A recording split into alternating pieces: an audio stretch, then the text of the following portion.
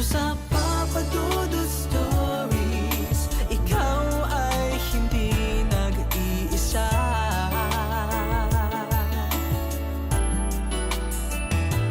Dito sa Papa Dudut Stories, may nagmamahal sa'yo. Papa Dudut Stories, Papa Dudut Stories. Dear Papa Dudut, sa lahat po ng mga nakatutok ngayon, huwag kalimutan na mag-like, mag-share at mag-subscribe. Minsan talaga ay dumarating sa buhay natin na nakakagawa tayo ng maling desisyon na naging dahilan para masayang lamang ang pagmamahal na matagal ninyong ginawa. At kahit ano pa ang gawin mo ay hindi mo na siya masasalba dahil malala na ang lamat at wala ng remedyo. Kaya sa huli ay nauuwi ka lang sa pagsisisi. Magandang araw sa inyo at sa lahat ng mga ka-online na nakikinig sa Papa Dudut Stories. Isa ako sa mga loyal listener ng inyong programa at madalas na tumatambay sa channel mo. Siya nga pala, Papa Dudut, tawagin mo na lamang ako sa aking palayaw na Greta. Matagal na rin akong gustong magbahagi ng kwentong ito tungkol sa aking pag-ibig way back noong nasa Valenzuela pa ako. Nagtatrabaho ako bilang all-around maid and at the same time ay isang assistant sa isang dental clinic. Kaya nga doon ko nakilala si Julius. Nagsimula ang lahat sa amin ng dahil sa bunsong kapatid niya at sa mga kabarkada namin na madalas manukso sa aming dalawa. Doon ay sineryoso ni Julius sa mga panunukso sa amin at nanligaw siya sa akin. Pero Papa Dudut, hindi ko siya sinagot noong una kasi gusto ko siyang makilala ng lubos. Sa kabilang banda ay nagpursigi pa rin si Julius sa panliligaw hanggang sa isang gabi. Alam mo, natatawa ako dyan kay Julius. Biruin mo, napatigil mo siya sa bisyo niya at saka hindi na naging war freak sa lugar natin dahil sa iyo. Talagang seryoso siya sa iyo, ha friend?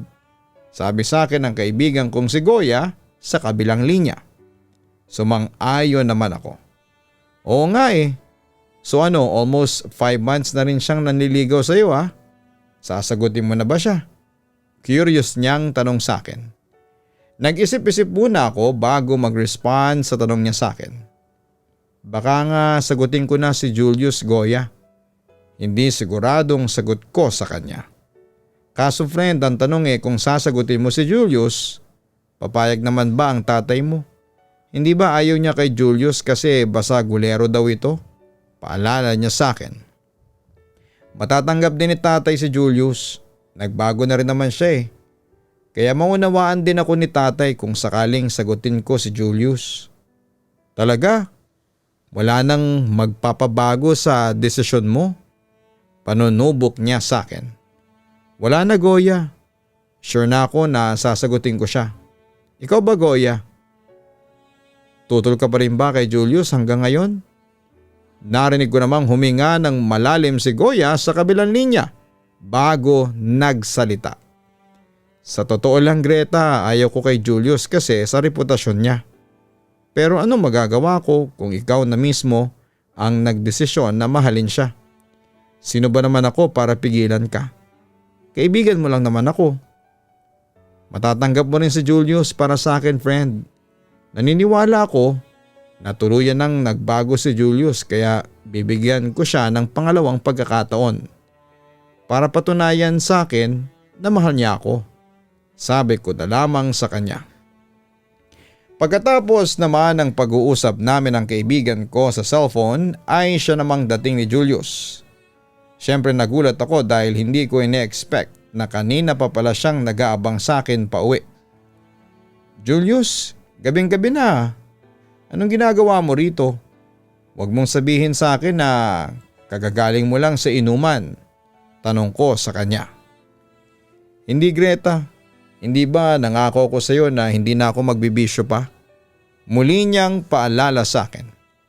Mabuti naman kung ganun. Natutuwa kong sabi sa kanya. Matagal ko nang iniiwasan ng mga ganon, Greta. Hindi na ako umiinom. Hindi na rin ako gumagala ng 10 oras ng gabi at saka hindi na ako palaaway. Sa madaling salitain, nagpakatino na ako. At dahil yun sa'yo. Gusto ko kasing maging mabuting boyfriend ako kung sakaling maging tayo. Greta, seryoso ako sa panliligaw ko sa'yo. Handa akong gawin ang lahat ng gusto mo. Sagutin mo lang ako. Pangungumbinsi pa niya sa akin. Nakikita ko naman na seryoso ka sa panliligaw mo sa akin. Kahit na alam kong mahirap gawin ang mga pinapagawa ko sa iyo, hindi ka pa rin sumusuko sa pagsuyo sa akin. Alam mo, isa sa mga gusto ko sa lalaki masikap at matyaga. Wika ko na siya namang kinatuwa ni Julius. Greta, 5 buwan na rin pala akong nanliligaw sa iyo. Parang kailan lang. Kailan ko kaya matitikman yung matamis mong oo? Nasasabik niyang tanong sa akin. Teka, kakasabi ko lang na matyaga ka. Huwag mong sabihin sa akin na naiinip ka na. Natatawa kong balik sa kanya. Naku, hindi ako naiinip ha. Sa totoo lang tatanungin ko sana sa iyo kung ano pa ba ang mga ipapagawa mo sa akin para mas mapatunayan ko sa iyo na karapat dapat ako dyan sa puso mo. Pagmamalaki pa niya. Wala na akong ipapagawa pa sa iyo. Sa tingin ko kasi sapat na ang mga efforts na ipinakita mo para pasagutin mo ako. Sagot ko sa kanya. So sasagutin mo na ang panliligaw ko sa iyo? Panguhuli niya sa akin. Promise, Greta, hindi ka magsisisi na sinagot mo ako. Pangungumbinsi pa niya. Oo na, sige na, sinasagot na kita. Oo, girlfriend mo na ako. Nakangiting tugon ko. Hindi naman makapaniwala si Julius sa naging desisyon ko. Pero sobrang saya niya ng mga sandaling yon. Nang dahil tayo na, i-invite sana kitang manood ng sine at saka kumain sa labas bukas. Alam mo na, first time nating umalis ng magkasama bilang mag-boyfriend-girlfriend. Pag-aaya niya sa akin. Sige Julius, abangan ko yan bukas. Excited na ako. Sabi ko naman na punong-puno ng kasabikan. Paghahandaan ko talaga ang unang labas natin. Ayaw ko ma-disappoint sa akin ang girlfriend ko Wika pa niya sa akin bago siya nagpakawala ng isang matamis na halik sa aking labi. Papadudot masayang masaya ako noong naging kami ni Julius. Naging mapagmahal at maalalahanin naman sa akin ang boyfriend ko. Oras-oras niya akong tinitext para kumustahin at paalalahanan na kumain ako at huwag magpapagutom o magpapakapagod. Lalo na kapag nasa work ako. Madalas din niya akong puntahan at dalawin sa dental clinic na pinagtatrabahuhan ko. Papadudot naging masaya naman ang relasyon namin ni Julius pero minsan ay may mga bagay kaming pinagtatalunan. Tulad na namang ang pagiging possessive niya. Palagi niyang pinagseselosa noon ang mga kaklase kong lalaki. Kahit pa nga yung kaibigan kong bakla ay pinag-iisipan din niya ng masama. Sino na naman ang nag-text sa'yo ha?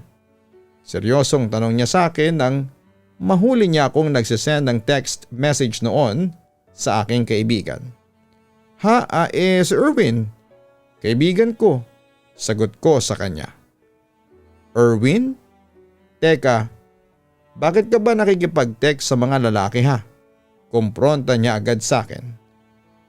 Wala naman sigurong masama kung mag-text sa akin yung mga kaibigan at kaklase kong lalaki. Katwiran ko pero agad na kinontra yon ni Julius. Nagkakamali ka Greta. Dapat hindi ka nakikipag-text pa sa mga lalaking yon kasi may boyfriend ka na. Sa totoo lang naasar ako kapag nakikita kong katext mo yung mga taong yan. Kumukulong ang dugo ko Naiinis niyang sabi sa akin. Teka, nagsiselos ka ba Julius? Agad naman siyang sumagot sa aking katanungan. Oo, nagsiselos ako. Natatakot ako kasi na maagaw ka sa akin ng iba. Greta, kung may mga lalaking umaalagid sa'yo, umanda sila sa akin. Pagbabanta pa niya. Masyado ka namang paranoid.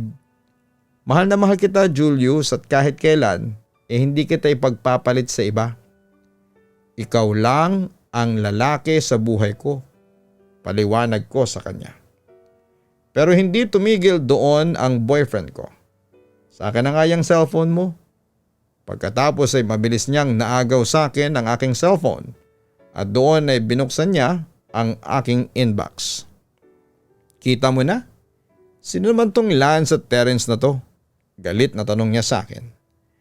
Mga kaklase at kaibigan ko sila. Ano ka ba? Wala namang mali siya sa mga pagte-text nila sa akin. Nagtatanong lang naman sila ng assignment. Kahit na. Alam naman siguro nilang may boyfriend ka na eh. Bakit pa sila nakikipag-flirt sa'yo? Pagkatapos noon ay binuksan ni Julius ang cellphone ko at kinuha ang SIM card. Gustuhin ko mang tumutol pero mabilis niya yung nakuha.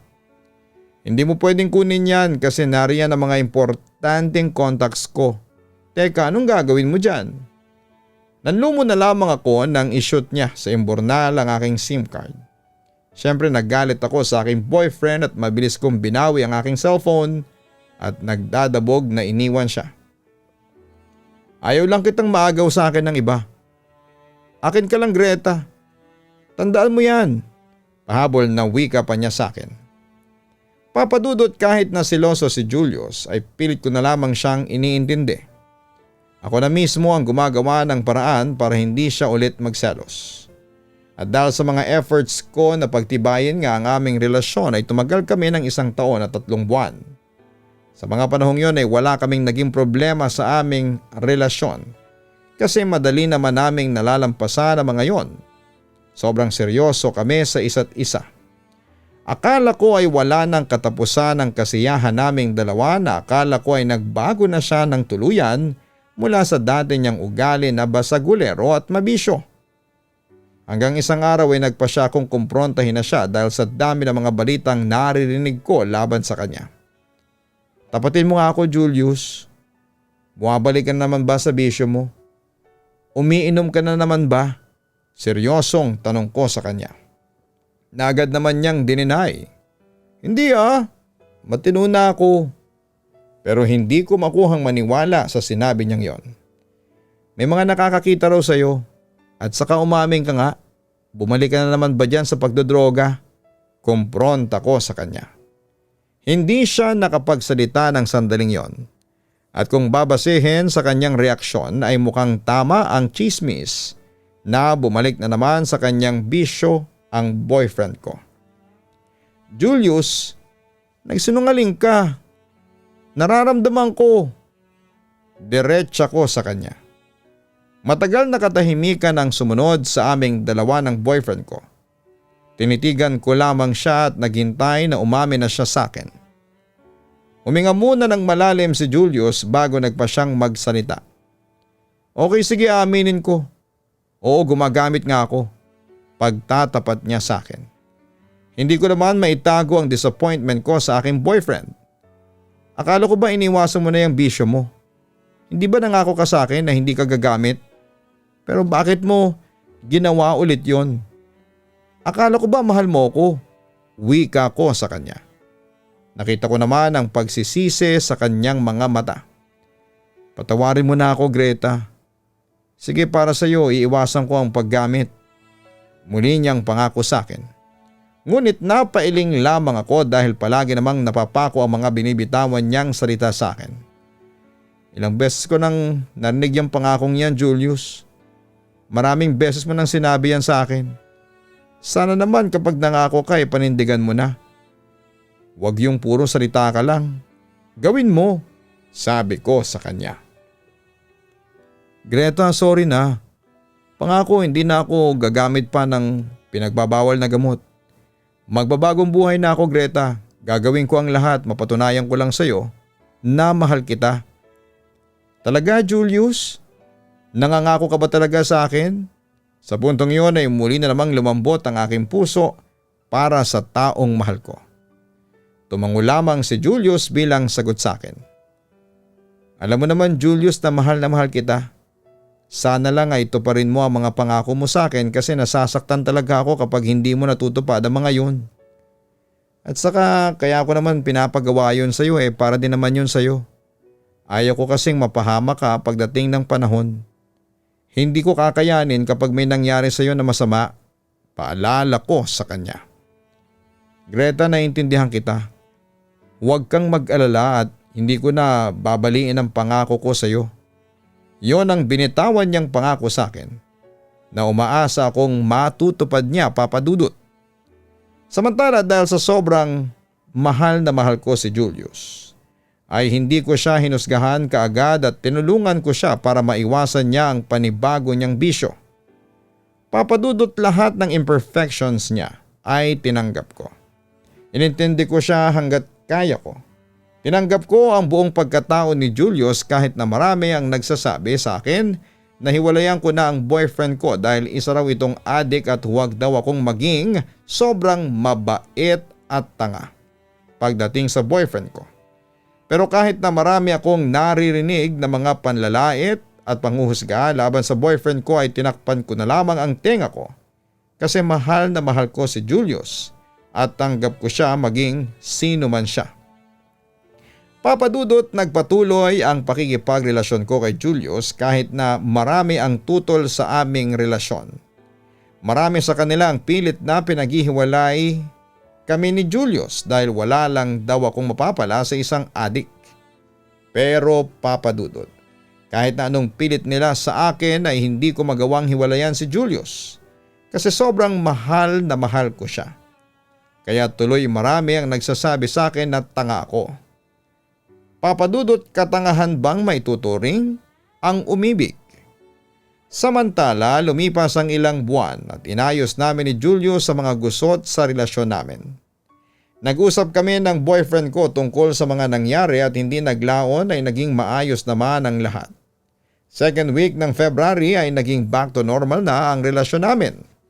Lagi na siyang pumupunta sa akin kapag may free time kami sa kanya-kanya naming trabaho.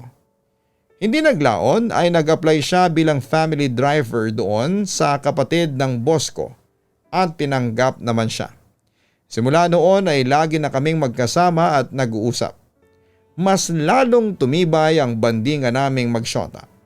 Napagkasunduan namin na yung sahod niya ay sa akin niya ibibigay. Nagpaplano na kaming umuwi ng probinsya kasama siya para makilala niya ang pamilya ko. Tinanggap naman siya ng pamilya ko at doon ay sobra akong nakaramdam ng kasiyahan kasi naging maayos naman ang lahat. Samantala, nagdesisyon si Julius na ipakilala rin ako sa mga kaanak niya. Kaya isang araw, "Magandang gabi po," bati ko sa kanyang mga kaanak na noon ko lamang nakilala. "Ay, ikaw pala, Greta. Alam mo ba, madalas kang kinikwento sa amin ni Julius." "Tama pa lang, sabi ni Julius, maganda ka nga." "Ay teka, pupunta lang ako sa kusina at ipaghahanda ko kayo ng makakain ha? Sandali lang." Mainit na pagtanggap ng atin niyang si Lourdes sa akin. Agad din itong naghanda ng pagkain para ialok sa akin. "Ang bait naman ng pamilya mo, Julius," sabi ko sa aking boyfriend. "Salamat, mahal ko. Alam mo ba, gusto ko nga nila para sa akin eh. Nagbago raw kasi ako dahil sa'yo. Nga pala si tatay, parating na rin yon galing ng trabaho. Ipapakilala rin kita sa kanya. Gustong gusto ko kasing makilala noon pa." Kwento pa sa akin ni Julius.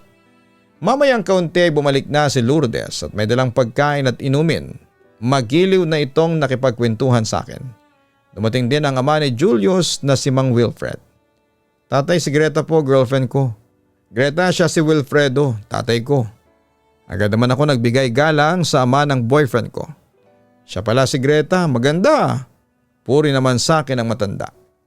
Sumigunda si Julius. "Talaga pong maganda si Greta, tatay." Pagmamalaki pa niya. "Nga pala, Greta, saan ka nagtatrabaho?" tanong sa akin ang ama ni Julius.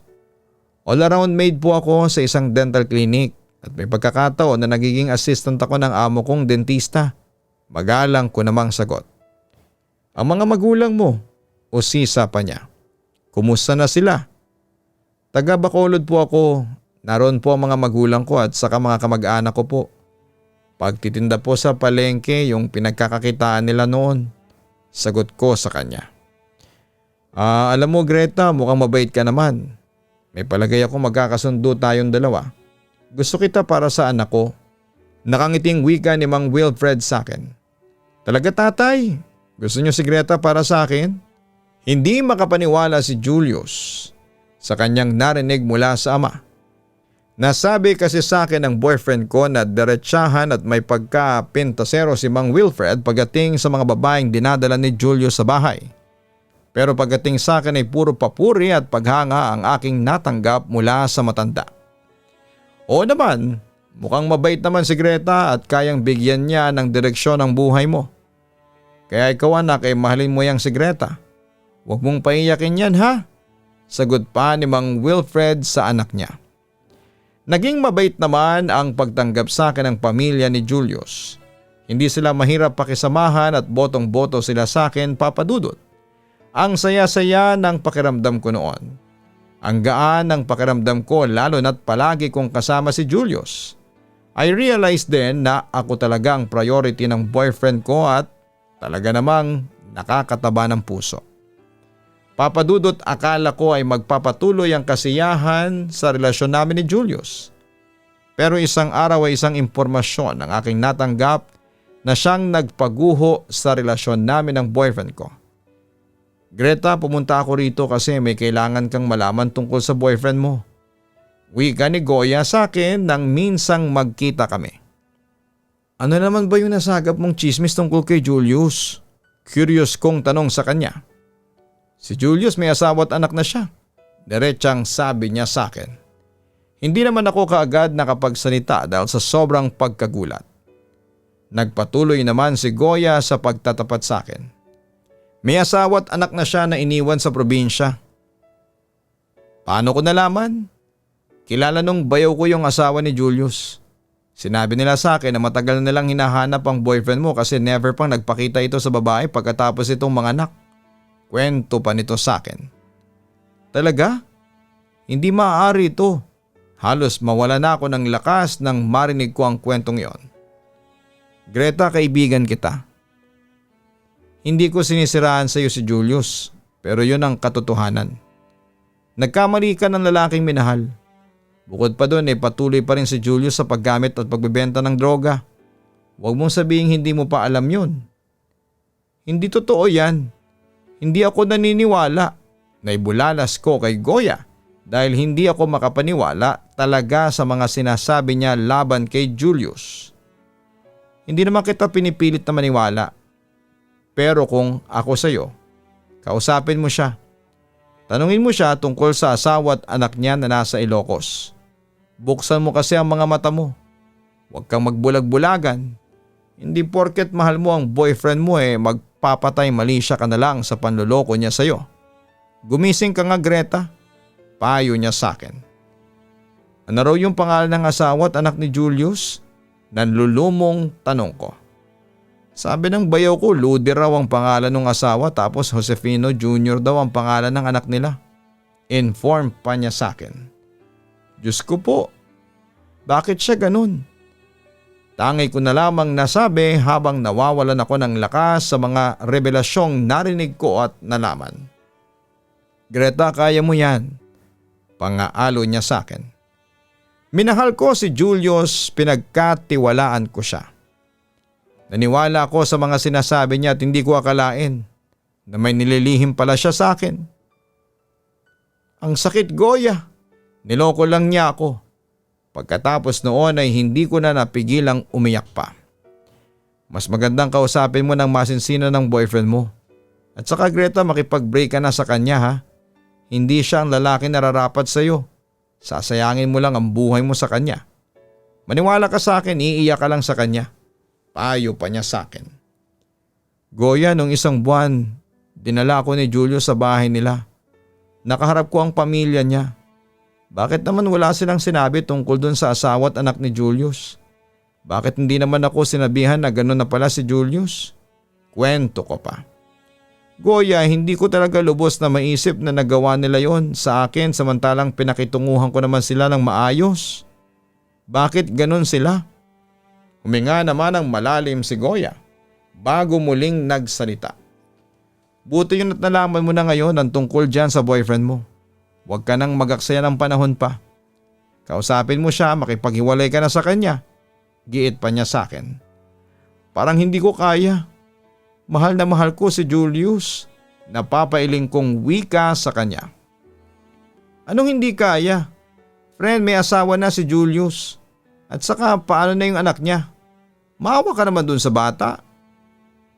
Baka kapag pinagpatuloy mo ang pakikisama kay Julius, isipin ng bata na inagaw mo sa kanila ang tatay niya. Greta, pag-isipan mo ngang mabuti. Yon ang huling sinabi sa akin noon ni Greta. Papa Dudut, sobra talaga akong nagulat sa mga impormasyong nakuha ko tungkol sa boyfriend ko. Napayak ako noon kasi hindi ko matanggap na pinaglihiman ako ni Julius. Bukod doon ay ginawa rin akong tanga ng mga kapamilya niya. Hindi ko talaga lubos maisip kung paano nila nagawa sa akin yon samantalang pinakitunguhan ko naman sila ng maayos. Minahal ko rin sila ng parang pamilya ko na rin. Hindi ko tuloy maiwasang mag-isip kung bakit ganon sila. Samantala ay nagpasya akong kausapin si Julius tungkol sa impormasyong nalaman ko tungkol sa kanya. Isang araw. Julius, magtapat ka nga sa akin. May asawa't anak ka na, no? Umamin ka. Kumpronta ko sa kanya. Hindi naman agad nakaimik si Julius. Matagal ang inabot bago siya nakapagsalita. Ha? Anong pinagsasabi mo? Kanino mo nakuha ang chismis na yan? Agad kong kinontra ang kanyang sinabi. Hindi chismis to. Ano, Julius? Sana naman ay sabihin mo sa akin ang katotohanan. Please, Julius. Ano ang totoo? May asawa't anak ka na ba? Naiiyak kong kumpronta sa kanya. Huminga naman siya ng malalim bago umamin sa akin. Okay, sige. Aamin na ako. May anak na ako pero wala akong asawa, ha? Napapailing na lamang ako noon sa kanyang sinagot. Talaga sa palagay mo ay maniniwala ako sa iyo? Julius, pinagkatiwalaan kita. Naniwala ako sa iyo, umasa ako na kahit kailan ay hindi ka maglilihim sa akin, pero ano? Hindi mo man lang ako basta pinaglihiman kundi niloko mo pa ako eh. Galit na wika ko sa kanya. Okay, inaamin ko naglihim ako sa iyo. Patawarin mo ako dun pero nagsasabi ako ng totoo. Hindi ko asawa si Ludi. Oo, may anak ako sa kanya kasi dati ko siyang girlfriend pero hindi kami nagpakasal at nagsamang dalawa. Giit niya sa akin. Alam mo, Julius, ang sakit-sakit ng ginawa mo sa akin. Kung tutuusin ay hindi naman ako masasaktan ng ganito kung sinabi mo kaagad sa akin ang katotohanan. Kaya naman kitang intindihin. Pero naglihim ka sa akin. Sinira mo ang pagtitiwala ko sa iyo. Sa palagay mo ba ay paniniwalaan pa kita sa mga sinasabi mo pagkatapos ng ginawa mo sa akin ngayon? I'm sorry pero mukhang binubulong ng puso ko na huwag kang paniwalaan. Sakit na sakit ang puso ko ng sandaling yon, Papa Dudut. Greta naman. May pagtutol na wika ni Julius sa akin. Sa totoo lang ay nagdadalawang isip na ako kung ipagpapatuloy pa natin tong relasyon na ito. Kasi sobra akong naaawa dun sa anak mo. Ayaw kong isipin niya na inagaw kita sa nanay niya. At saka kung nakuha mo maglihim sa akin ay tiyak na uulitin mo yon sa akin, Julius. Ayaw ko na ng isang relasyon na puro kalokohan. Puro lokohan. Pagpapatuloy ko. So makikipag-away ka sa akin? Ganun ba, Greta? Makikipaghiwalay ka na sa akin? Agad naman akong nagdesisyon. Oo, makikipaghiwalay na ako sa iyo. Sabi ko sa kanya na walang pag-aalinlangan. Hindi ako papayag na iwanan mo lang ako ng basta-basta. Pagtutol niya sa naging desisyon ko. Tama na, Julius, patawarin mo ako pero mas mabuti munang magkanya-kanya muna tayo. Insist ko sa kanya. Sa puntong iyon ay nagmakaawa na sa akin ang boyfriend ko. Pakiusap, Greta. Huwag mo namang gawin sa akin to, mahal na mahal kita. Aniya. Kung mahal mo talaga ako, hindi ka maglilihim sa akin ng ganun. Julius, minahal kita. Pero sinira mo ang pagtitiwala ko sa iyo. Tapos na ang lahat sa atin. Pagtatapos ko naman. Pero pinigilan ako ni Julius na umalis. Hindi ko kaya, Greta. Magpapakamatay ako kapag iniwan mo ako, banta niya sa akin. Hayaan mo muna sana ako makapag-isip. Sa ngayon ay mas mabuti munang maghiwalay tayo. Pero hindi ko rin naman sinasarado ang puso ko sa iyo. Hayaan na siguro natin ang panahon ang magpasya kung tayo ba talaga ang para sa isa't isa o hindi. Yun na lamang ang huli kong sinabi sa kanya bago ako umalis at iniwan siyang umiiyak. Papa Dudut, kahit na anong sabihin sa akin ni Julius ay parang ayaw ko nang paniwalaan. Alam naman niya na kaya ko naman siyang intindihin kung sinabi niya sa akin agad ang tungkol doon. Pero nakuha pa niya akong paglihiman. Naisip ko lang na kung nagawa niyang magsinungaling sa akin, ay malamang ay magagawa ulit niya yon sa mga susunod na pagkakataon. Kaya nagpasya na akong hiwalayan na si Julius ng tuluyan. Papa Dudut, as expected ay ayaw tanggapin ni Julius ang pakikipag-break ko sa kanya. Kaya nag-decide na lamang akong umalis sa pinagtatrabahuhan ko at umuwi ako ng probinsya namin sa Bacolod para makalimot. Pero Papa Dudut, kahit na anong gawin ko ay hindi ko magawang kalimutan si Julius hanggang ngayon. Madalas pa rin akong malungkot at umiiyak kapag naaalala ko siya. Sana po ay matulungan mo ako, Papa Dudut. Thank you in advance. Muli nagpapasalamat ako sa kakaunting panahong nilaan mo para basahin ang sulat ko. God bless po sa inyong lahat and more power sa inyong napakagandang programa. Mabuhay kayong lahat. Lubos na nagpapasalamat, Greta. Greta, tama lang ang ginawa mong pakikipaghiwalay kay Julius dahil ilang beses ka na niyang nilihiman at ilang beses din niyang binali ang mga pangako niya sa iyo. Tulad na lamang yung paglayo niya sa bisyo at droga na napako lang din sa huli. Pero higit na masakit ay yung pinagtaguan kanya ng kanyang nakaraan. Nilihim niya sa iyo na may asawa at anak na pala siya. Mali yun. Sa isang relasyon ay obligado kang sabihin sa iyong asawa o karelasyon ang lahat ng impormasyong kailangan niya dahil mahirap sa isang relasyon kapag nasira na ang tiwala ng isa man lang sa inyo. Tandaan nyo na tiwala ang pundasyon ng bawat masaya at matatag na relasyon.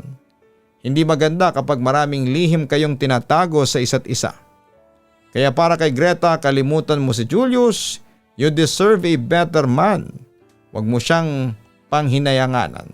Dahil kapag pinagpatuloy mo pa rin ang pakikipagrelasyon sa kanya ay masasaktan at masasaktan ka lang. Sana'y makatulong ang kaunting payo namin sa iyo. God bless at maraming salamat.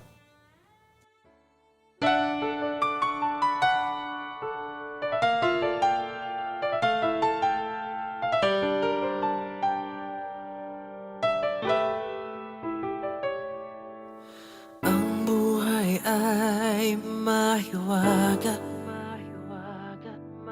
laging may lungkot at saya.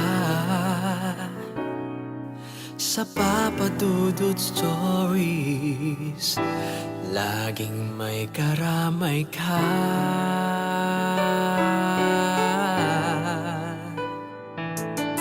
Mga problemang kay bigat, dito ay pakikinggan ka.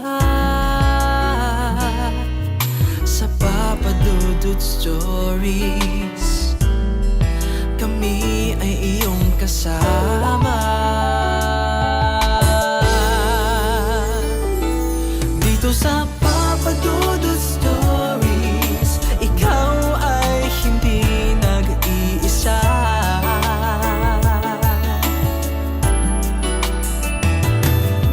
Sa Papa Dudut Stories, may nagmamahal sa'yo. Papa Dudut Stories, Papa Dudut Stories,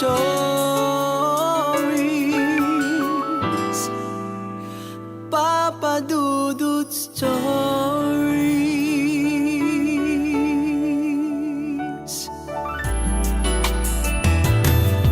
Sa Papa Dudut Stories, may nagmamahal sa'yo.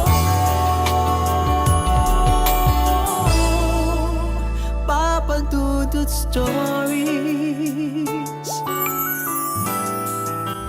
Papa Dudut Stories. Hello mga ka-online, si Papa Dudut po ito. Nag-enjoy ka ba sa ating kwento ngayong araw? Huwag kalimutan na i-share, mag-like at mag-subscribe. Maraming salamat po